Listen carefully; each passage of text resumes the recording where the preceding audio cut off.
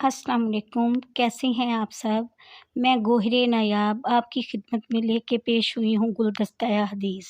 नबी करीम सल्लल्लाहु अलैहि वसल्लम ने फरमाया, पड़ोसियों को तकलीफ़ देना नेकियों को इस तरह मिटा देता है जिस तरह सूरज बर्फ़ को मिटा देता है।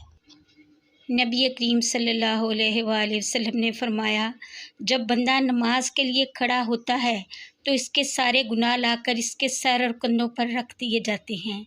जब भी वो रुकू और सजदा करता है तो वो गुनाह इससे गिर जाते हैं। नबी करीम सल्लल्लाहु अलैहि वसल्लम ने फरमाया, मस्कीन को सदका देना सिर्फ सदका है, लेकिन रिश्तेदार को सदका देने पर 2 मरतबा सदक़े का सवाब है, एक सदक़े का और दूसरा सिला रहमी का।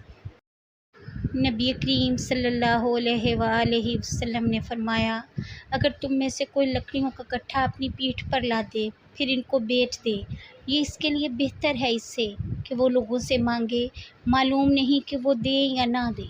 नबी करीम सल्लल्लाहु अलैहि वसल्लम ने फरमाया, गुनाहों से तौबा करने वाला ऐसा है जैसे इसने गुनाह किया ही नहीं।